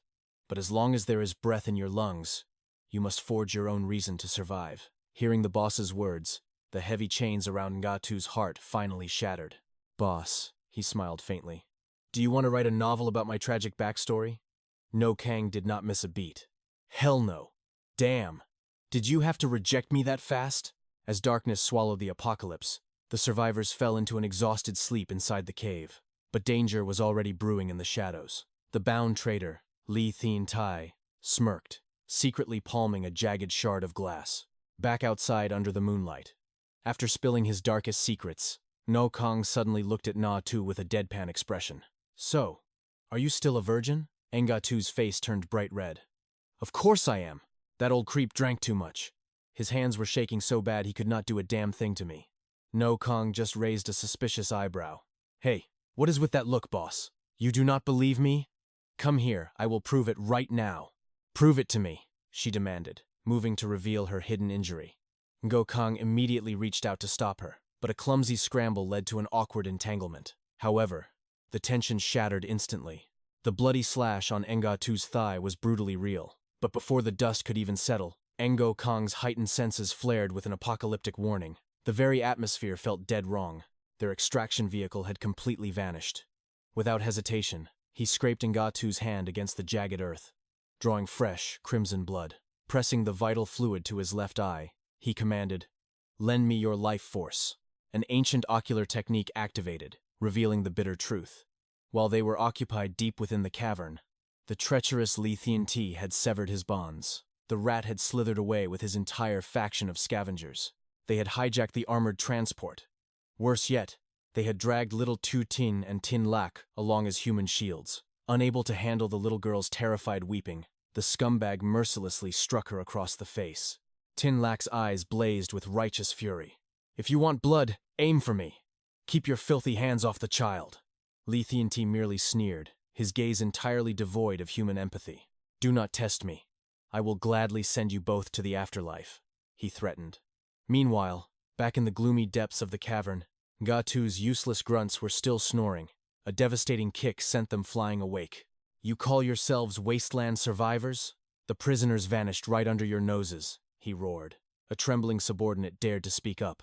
"But boss, do we not need that bastard to enter Safe Zone B? We cannot afford to burn that bridge." 𝐸𝐸𝐸's aura exploded as he hoisted the man by his hair. "I already slaughtered his most loyal dog. You think peace was ever an option in this hellscape? The bridge is already ashes." The die had been cast. By aligning himself with an overpowered anomaly like No Kang, 𝐸𝐸𝐸 had crossed the point of no return. The pathetic 𝐸𝐸𝐸 was now officially marked for death.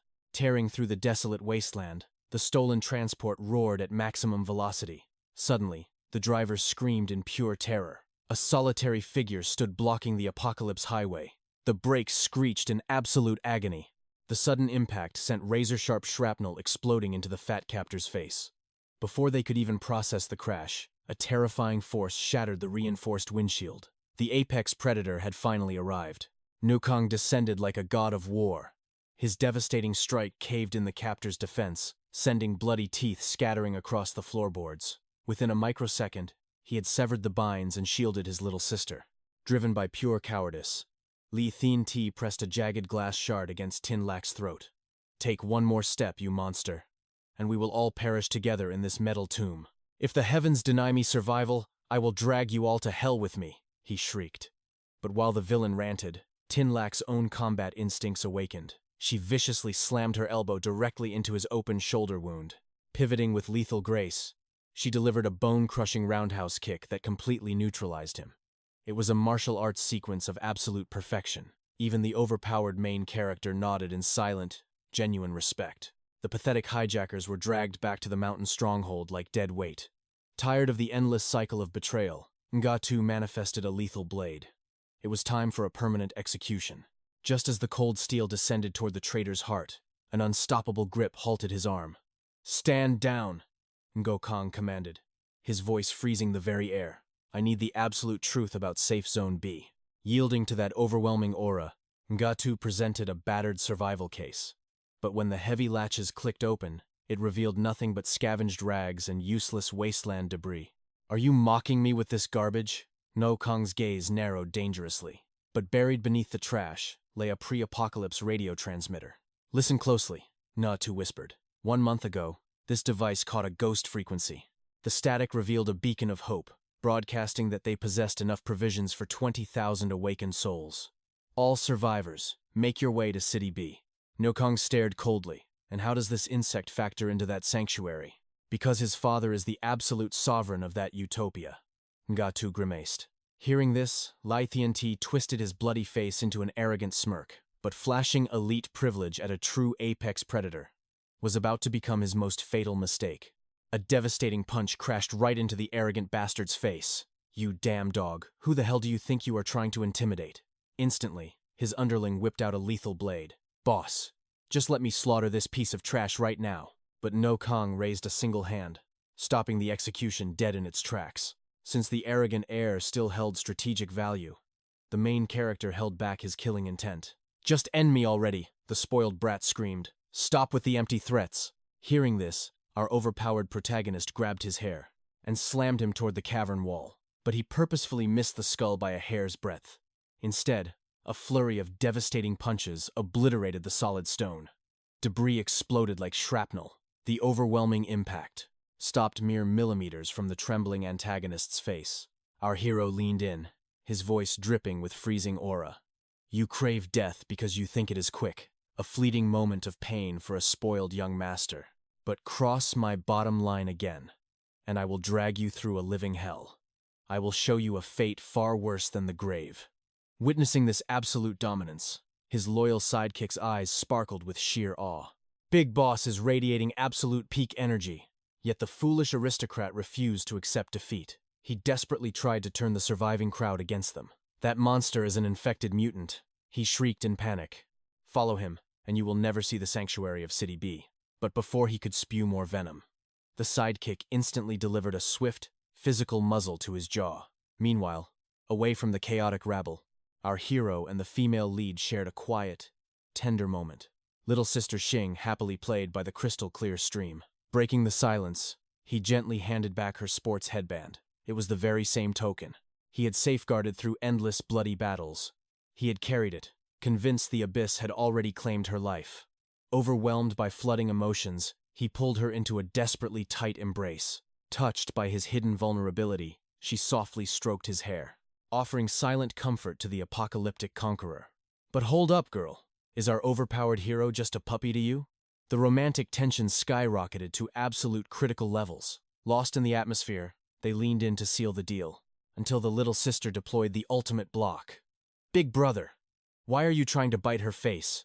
Talk about an absolute mood killer from the clueless sibling. Shortly after the awkward retreat, the sidekick approached with scissors.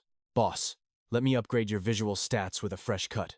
My blade skills are legendary, trust me on this." Fooled by his unshakable confidence, our protagonist foolishly lowered his defenses and accepted the offer.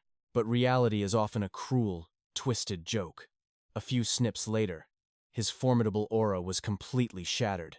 He looked exactly like a gossiping middle-aged auntie. The entire squad completely broke character, wheezing with uncontrollable laughter.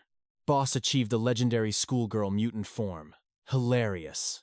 Marching to the water's edge to check his reflection, a vein popped on our hero's forehead in pure, unadulterated rage. Completely lacking survival instincts, the sidekick asked for a selfie. A fatal mistake that earned him a devastating strike to the skull. "You call this absolute tragedy a haircut?" Meanwhile, the shadow of despair crept back into the survivor's cave. Without warning, a civilian violently threw up black bile, before collapsing into a terrifying, death-like coma. The bespectacled doctor grimly delivered the system's cruel reality. Once you consume the flesh of the infected, withdrawal means an agonizing end to your humanity. It is only a matter of time before the mutation consumes you all. Pure, suffocating dread instantly infected the entire cavern. A frantic witch hunt exploded among the desperate survivors. Paranoia stripped away their fragile masks of civilization. They turned on each other like cornered, rabid beasts. The lackeys nervously asked their acting commander for a master plan. After all, the number of tainted individuals was catastrophically high. Looking at the doomed souls, the sidekick ruthlessly declared them beyond the realm of salvation. Distribute the remaining rations and scatter them to the winds. Right at that heavy moment, our main character re-entered the scene. His disastrous hair was finally styled into absolute perfection, while rocking a stolen trench coat looted straight from his subordinate's stash. Turning to the trembling healer, the sidekick demanded answers. "Spit out a cure, Doc. Don't just stand there. Aren't you supposed to be a medical genius?" Adjusting his glasses, the doctor revealed the biological loophole. The human vessel burns specific fats to suppress the viral corruption. To halt this rapid deterioration, they need a massive influx of pure energy. High-tier beast meat could theoretically substitute the infected flesh. With the mission parameters set, a 5-man hunting squad was instantly assembled. Naturally, the spoiled young master was forced onto the front lines, marching deep into the hazardous mutated forest. Under the constant threat of our protagonist's iron fists, the tension spiked as they stumbled upon a grotesque warning sign. Fresh blood and shredded gore painted the forest floor. The gruesome slaughter before them sent icy shivers down their trembling spines. A massive herd of armored wildebeests had been completely eradicated. Nothing remained but terrifyingly clean. Crimson bones. Scanning the environmental clues, the tactical analysis was clear. This level of pure carnage was not the work of brainless mutants. The massive cratered footprints pointed to a colossal apex predator. Just as they tried to process this terrifying new variable, an earth-shattering roar erupted from their blind spot. A gigantic, demonic wild boar charged forward like a runaway freight train. Its mountainous size confirmed it was a high-level mutated beast. Death descended upon them in the blink of an eye. Reacting with godlike reflexes, our hero launched into action. A devastating kick deflected the beast, barely saving his sidekick's life. But the monster's abyssal stench immediately triggered violent gag reflexes. Enraged by the defiance, the demonic boar locked onto the protagonist. It accelerated to supersonic speeds, defying its massive bulk. Leaving zero room for dodging, its overwhelming physical power was absolute. Massive ancient trees snapped like mere twigs under its relentless charge. Seeing his invincible boss pushed to the edge, the loyal subordinate acted. He drew his combat blade and slashed his own palm. Sacrificial blood dripped directly into our protagonist's left eye. The catalyst was accepted. The legendary ocular system activated with a brilliant crimson flash. The beast's fatal flaws were instantly projected into his vision. Executing a flawless counter, he delivered a crushing uppercut kick to its jaw. The creature staggered, momentum broken. Simultaneously, his partner hurled a razor-sharp shattered tree branch through the air, catching the makeshift spear with deadly precision. Our overpowered main character channeled all his aura into a single strike. He pierced the beast's thick skull with devastating apocalyptic force. One final, agonizing shriek shattered the silent forest before the titan fell. Just as the battle dust began to settle, ominous rustling echoed from the nearby shadows, spiking their adrenaline again. Combat stances were instantly taken.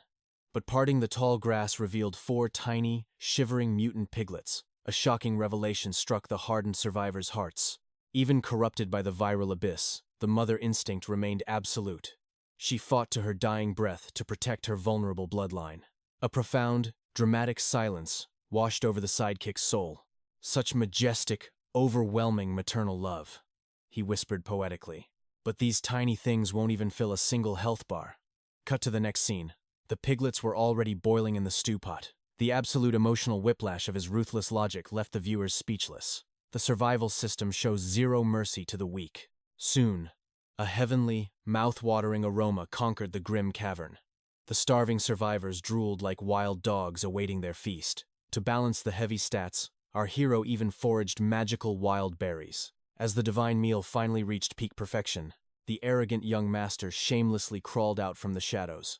"Let us make a trade," he demanded with his usual obnoxious pride. "Just hand over our portion of the high-tier meat." The sidekick looked at him with sheer, unadulterated disgust.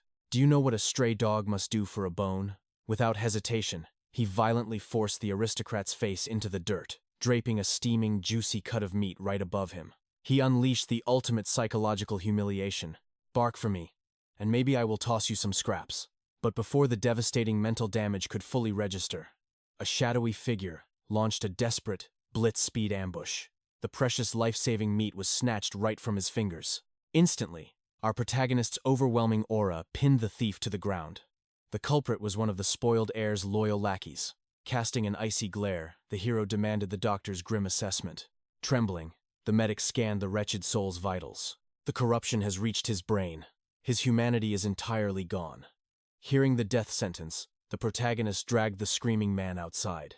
Plunging into the dark abyss of the apocalyptic night, he returned alone. Fresh crimson blood staining his stolen trench coat. A chilling silence fell over the terrified survivors.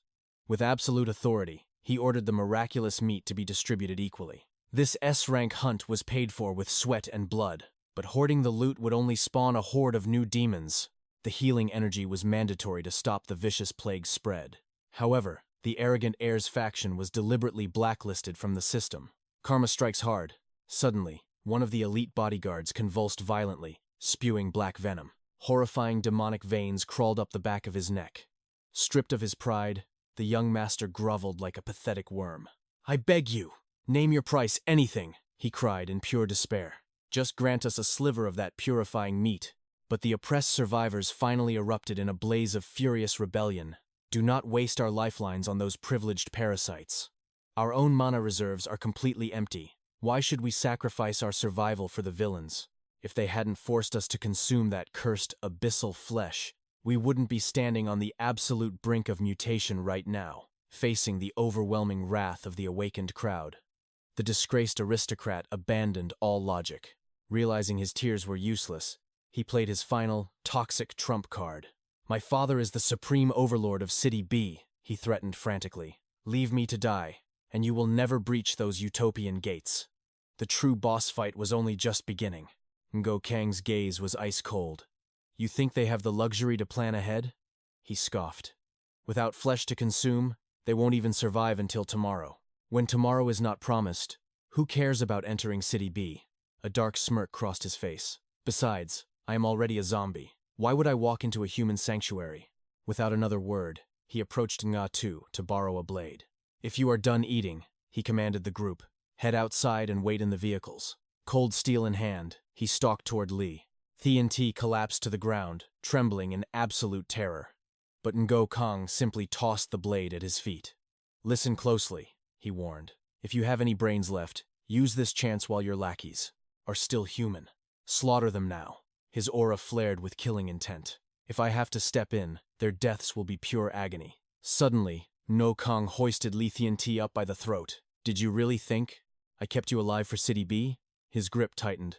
"How pathetic. I just want you to watch. Watch as the karmic cycle of your sins comes crashing down upon your own head." Releasing him, 𝐸𝐸 began a deadly countdown. 3, 2, 1. Crushed by the overwhelming pressure of an apex predator, 𝐸𝐸 grabbed the blood-stained knife and lunged at his own infected men. Blood-curdling screams echoed instantly. The dark cave transformed into a slaughterhouse dripping with fresh crimson. After executing his loyal subordinates with his own hands, a shattered 𝐸𝐸 sat paralyzed in the convoy. He stared blankly at his blood-soaked palms, his soul entirely broken. Later, as their vehicle roared down the wasteland highway, the tires violently screeched to a halt. Blocking their path was an abandoned car right in the middle of the road. 𝐸𝐸 stepped out to investigate. The cabin was completely empty. But then, a blur of black and white flashed through the tall grass. Without hesitating, he dashed into the dense forest. The Phantom's speed was utterly monstrous. Even with his awakened zombie attributes pushing past mortal limits, 𝐸𝐸 could not close the gap. The distance remained maddeningly out of reach. Suddenly, the fleeing shadow stopped dead in its tracks. Seizing the opening, 𝐸𝐸 exploded forward like a cannonball. "Let us see what you really are." But before his strike could even land, his wrist was caught in an iron grip. The mysterious figure locked eyes with him. From head to toe, the stranger was wrapped in ancient bandages. "Just like a walking mummy." "Fascinating," a raspy voice echoed. To think such a creature actually exists. The physical strength was completely overwhelming. 𝐸𝐸 was instantly overpowered, his body sent flying backward, crashing violently against a massive tree trunk. Shock blasted through 𝐸𝐸's mind. Just what kind of abomination possessed this level of raw power? The bandaged freak leaned in close, sniffing him like a wild beast hunting its prey. It examined every inch of his mutated flesh, even prying open 𝐸𝐸's jaw to inspect his sharpened fangs. Right at that humiliating moment, a high-velocity arrow ripped through the air. It carried the force of a thunderbolt. Yet the mummy casually snatched it from the wind without even looking. 𝐸𝐸 had fired the lethal shot from the shadows, desperate to break the monster's absolute suppression over 𝐸𝐸. In a terrifying display of strength, the mummy flicked the arrow right back. It sliced toward 𝐸𝐸 faster than the eye could track. Death was imminent. In a burst of desperate adrenaline, 𝐸𝐸 shattered the creature's hold. He threw his own body into the line of fire, acting as a living flesh shield. Because of his undead vitality, the piercing strike meant absolutely nothing to him. Fortunately, the terrifying bandaged entity chose not to massacre the group. "The days are long," it whispered, vanishing into the shadows. "We shall cross paths again." Back on the highway, the survivors made a chilling discovery. Something had crawled out of the abandoned vehicle. A trail of bloody handprints stained the cracked asphalt. The medic stepped forward, his face pale with dread. Things are taking a dark turn. Those who consumed the tainted flesh are experiencing violent biological rejections. They have not turned yet, but their bodies are collapsing. 𝐸𝐸 turned with a hardened glare. What exactly slithered out of that car? The doctor shook his head in terror. It moved like lightning. I could not track it. I did not even dare to look. Suddenly, 𝐸𝐸 shrieked like a madman. "That thing used to be human. It is an apex nightmare, far worse than any mutant. Even mutated beasts do not give off an aura like that." The stench alone froze our blood. Ignoring the panic, 𝐸𝐸 inspected the abandoned cabin. The interior was heavily coated in rotting flesh and putrid fluids. Highly decayed, he deduced. Yet it possesses godlike speed and raw power. He used to believe he was the sole anomaly, the only undead being capable of rational thought. But that bandaged freak had shattered his delusions of grandeur, boasting stats that completely eclipsed his own. The medic interrupted his thoughts with grim news. The infected passengers are reaching their absolute limit.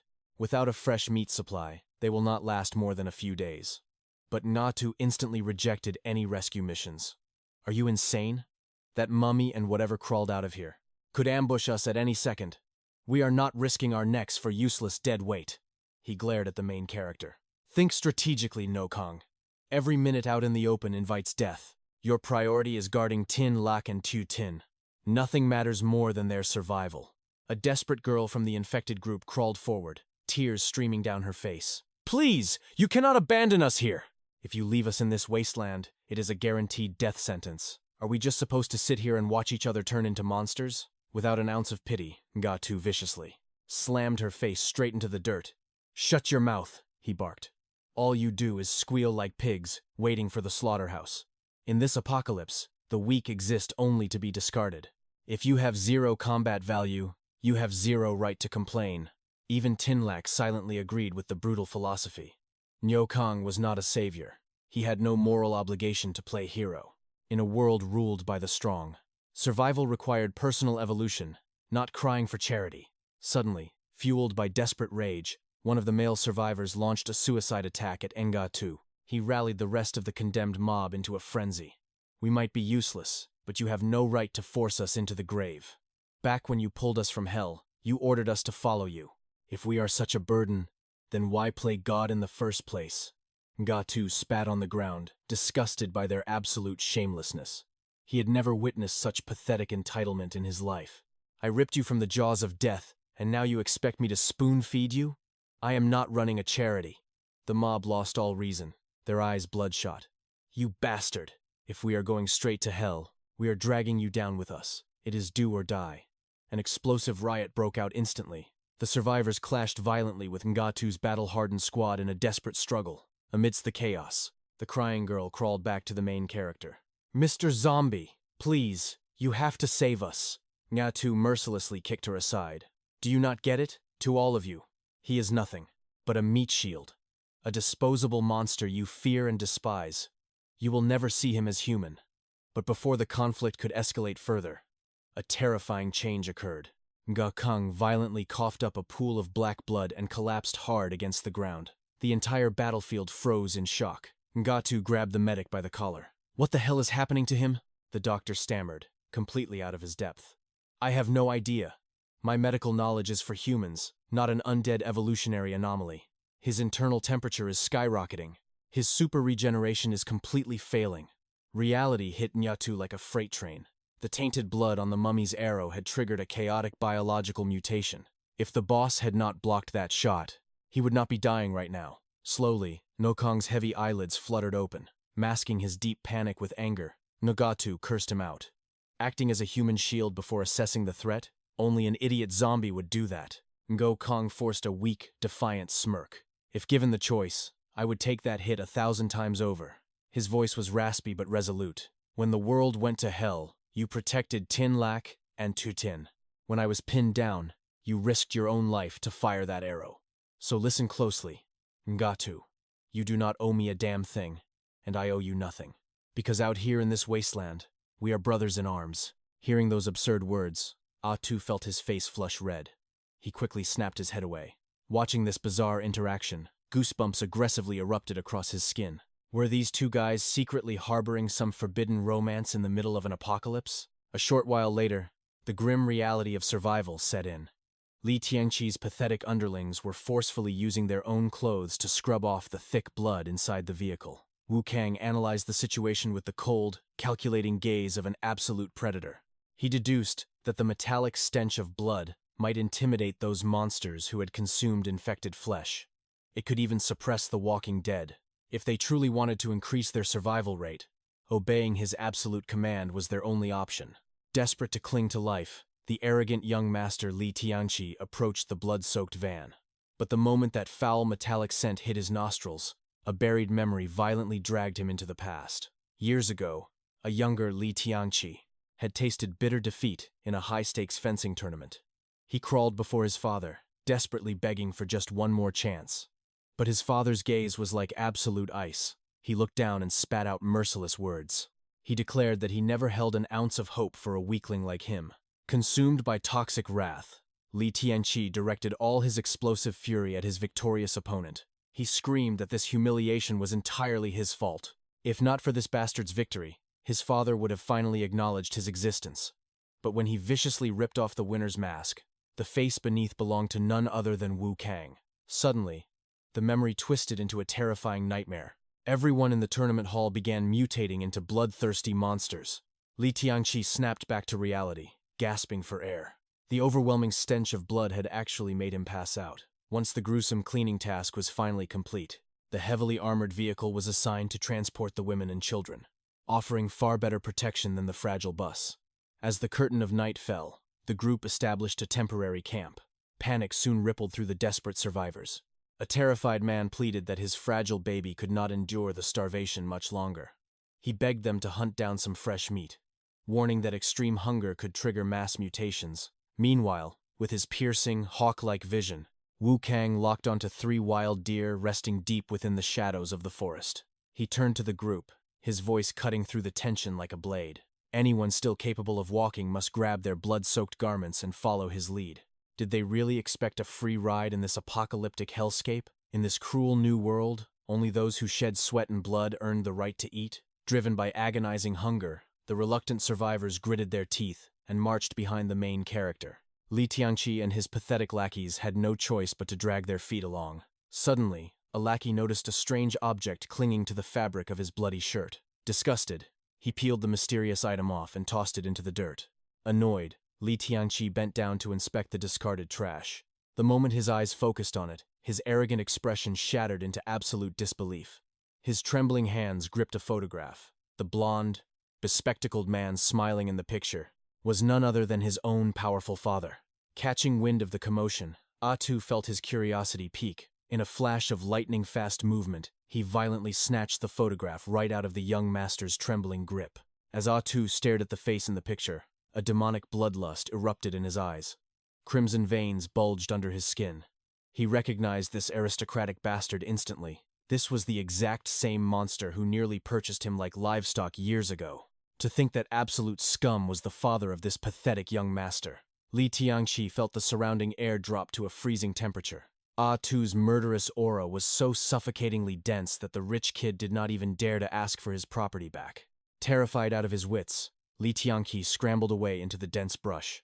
Left completely alone in the haunting silence of the woods, 𝐸 burned holes into the photograph with his hateful glare.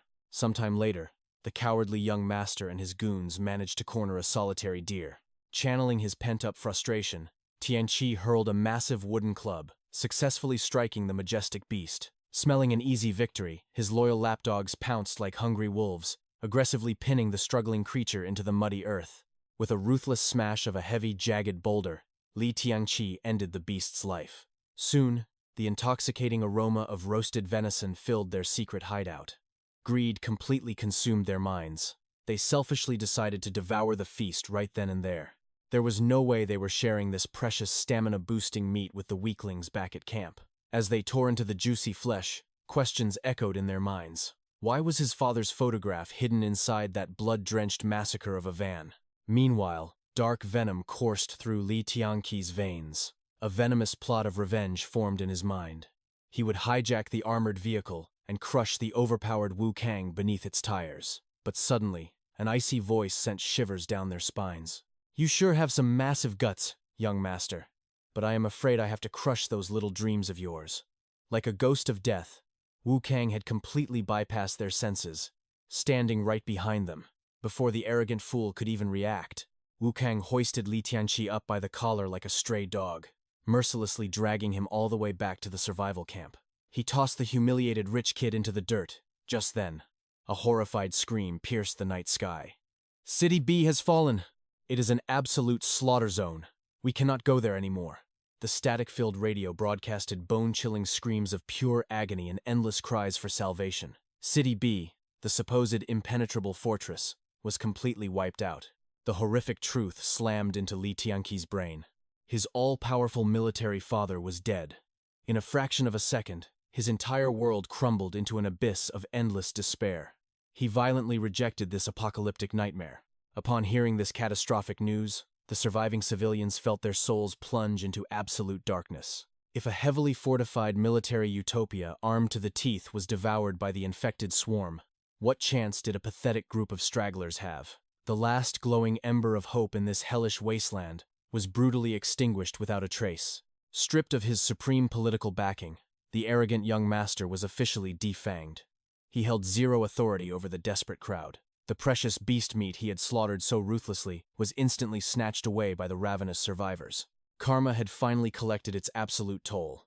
The once high and mighty aristocratic tyrant was now no better than dirt beneath their boots. Meanwhile, away from the pathetic display, 𝐸 was locked in a deadly serious strategic meeting with Wu Kang. He simply could not fathom his leader's insane logic.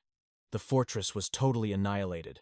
So why was Wu Kang still obsessively marching them toward the slaughterhouse? Wu Kang calmly replied that the fallen sanctuary was a massive territory. If there was even a microscopic fraction of a chance for rare resources, they could not blindly abandon the route. Furthermore, the neighboring urban sectors surrounding the fallen citadel were a complete blank spot on their tactical map. Wu Kang's eyes turned freezing cold. Previously, he only kept that spoiled brat alive as an ultimate bargaining chip to secure their survival inside the gates. But with the fortress reduced to ashes, his diplomatic shield was completely worthless. He would slaughter the useless baggage without a second of hesitation. Lurking in the suffocating shadows, a trembling 𝐸𝐸 absorbed every single word of this death sentence. Blinded by ultimate terror, he sprinted desperately into the pitch-black wilderness. A torrential downpour crashed from the heavens, masking his pathetic escape. Panic severely clouded his vision, causing his foot to slam into a jagged boulder. He violently crashed into the unforgiving mud, but before his trembling legs could push him upright, a towering shadow eclipsed his vision. 𝐸 stood completely motionless, resting a battered umbrella on his shoulder. "You already have one foot inside the grave, you piece of trash. Why still struggle against fate?" Driven into a corner, the rich kid roared, launching a suicidal counterattack. With practically zero effort, 𝐸 mercilessly drove the tip of his weapon straight into his attacker's gut. The arrogant fool collapsed instantly. coughing up bile as agonizing pain paralyzed his entire nervous system. 𝐻𝐸 ruthlessly pressed his heavy combat boot against the boy's skull. Are you still failing to grasp the gravity of your situation? You are nothing but a pathetic pig lining up for the slaughterhouse. If you cannot even scratch my armor, what delusional fantasy makes you think you can challenge an absolute monster like Wu Kang? Blood dripping from his lips, Li Tianqi slowly pushed himself off the ground. A chilling, psychotic laughter erupted from his chest. Ha ha ha! If I am going to hell, I am dragging all of you down with me. Once the raging storm finally cleared, 𝐻𝐸 returned to the camp alone. His trusty umbrella was shredded to absolute pieces. Wu Kang had previously upgraded that very weapon, integrating an incredibly rare, mutated beast bone into its core structure. He had issued a strict warning never to let that cursed edge graze human flesh. Meanwhile, in an uncharted sector of the grim forest, the young master's loyal lapdogs were ambushed by an infected horde. Sharp, decayed teeth sank deeply into a lackey's flesh. To halt the spreading virus, they brutally severed his infected arm in a spray of crimson, just as they accepted that their arrogant boss had been swallowed by the deadly woods. Li Tianqi emerged from the misty shadows. For some mysterious, untold reason, the ruthless 𝐻𝐸 had actually spared this vile snake's pathetic life. A dark, maniacal grin twisted across his bruised face. Listen up, you pathetic fools. You no longer need to cower in fear. We are destined to awaken a power 100 times greater than those brainless corpses. That arrogant Wu Kang is nothing more than a stepping stone. Soon, he will be served to us on a silver platter.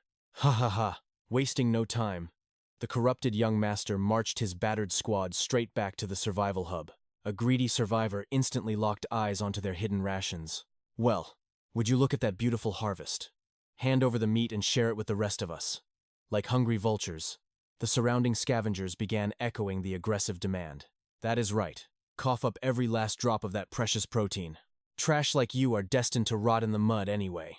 Stuffing your pathetic faces will not alter your doomed fate. But what the aggressive mob utterly failed to realize was that this time, the previously humiliated Li Tianqi refused to back down an inch. This time, he refused to be a mere stepping stone. He violently grabbed the man by the collar, his eyes glowing with a bloodthirsty crimson aura. A suffocating pressure crushed down, terrifying his opponent to the absolute core. No Kang was not holding back. The main character was about to step in, but 𝐸𝐸 held him back. There is no need to dirty your hands, he whispered. This is merely a trivial matter. He then revealed a chilling detail. On his way back to the camp, he had spotted fresh zombie tracks lurking in the nearby woods. Compared to petty squad drama, the threat of an undead ambush was a catastrophic danger. Trusting his instincts, No Kang ventured out to investigate. Meanwhile, Li Tianqi and his vicious crew sought refuge inside the cargo truck. The horrifying truth was finally exposed.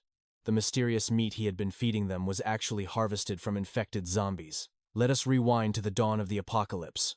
When the world first collapsed, survival rations were impossible to find. Li Tianqi and his desperate lackeys risked their lives scavenging the wastelands. During a brutal encounter, a monstrous claw tore across his face.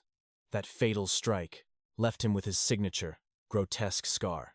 Stranded on a freezing mountain peak, with the temperature dropping to absolute zero, his subordinates were completely paralyzed by starvation. There was absolutely nothing left to consume.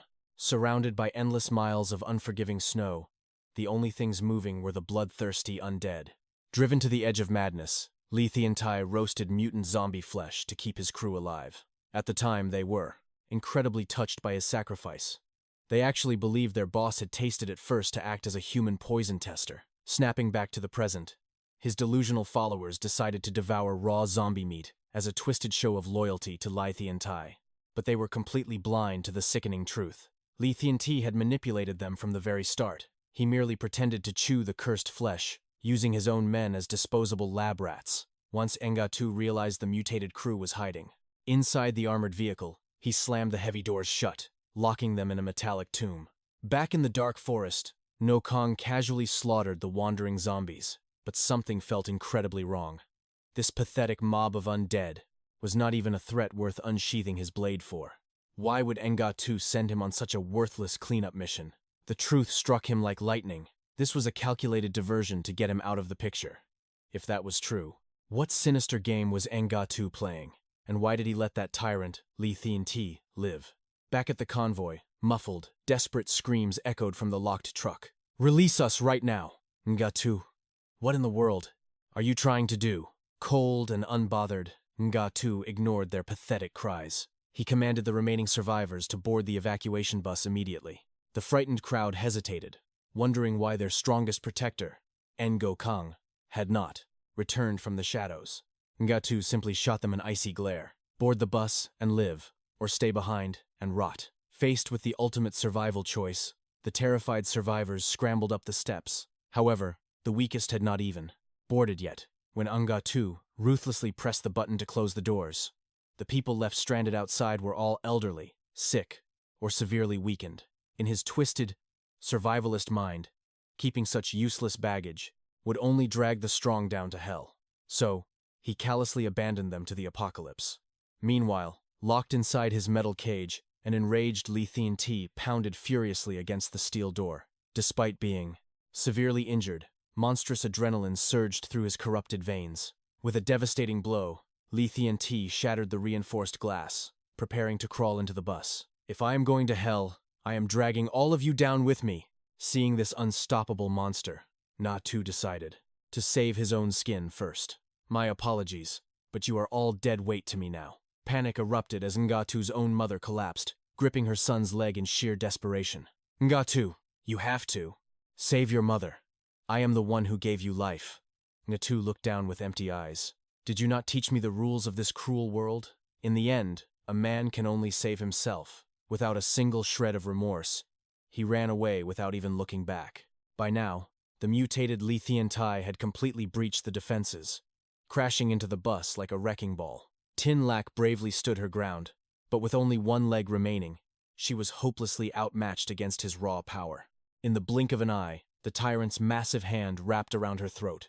Choking on her own breath, 𝐸𝐸𝐾 unleashed a desperate counterattack, driving her fingers deep into his corrupted eye. "Run, 𝐸𝐸𝐾! Find your brother!" she screamed, "and whatever you do, do not look back." Before the words even left her mouth, an enraged 𝐸𝐸𝐾 lunged forward, violently throwing her fragile body straight through the shattered windshield. Just as death reached out its cold hands, 𝐸𝐾 descended from the heavens like a true god of war. He arrived in the nick of time, plunging his bare hand straight through the tyrant's stomach. Staring down at the bleeding monster, 𝐸𝐾 sneered. "You probably will not believe this, but I actually feel absolute pity for you. Whether it is the warmth of a family, the devotion of a lover, or the blood pact of brothers, you possess absolutely nothing. You even led your most loyal dogs to their slaughter." And so, 𝐸𝐸𝐾 met his pathetic end, torn apart by the very people he betrayed and manipulated. The curtain finally falls on part 1 of our epic journey. Apocalypse, I Became a Zombie. The survival game pauses here for now. Thank you all for joining this legendary raid. Until the system reboots, farewell, survivors.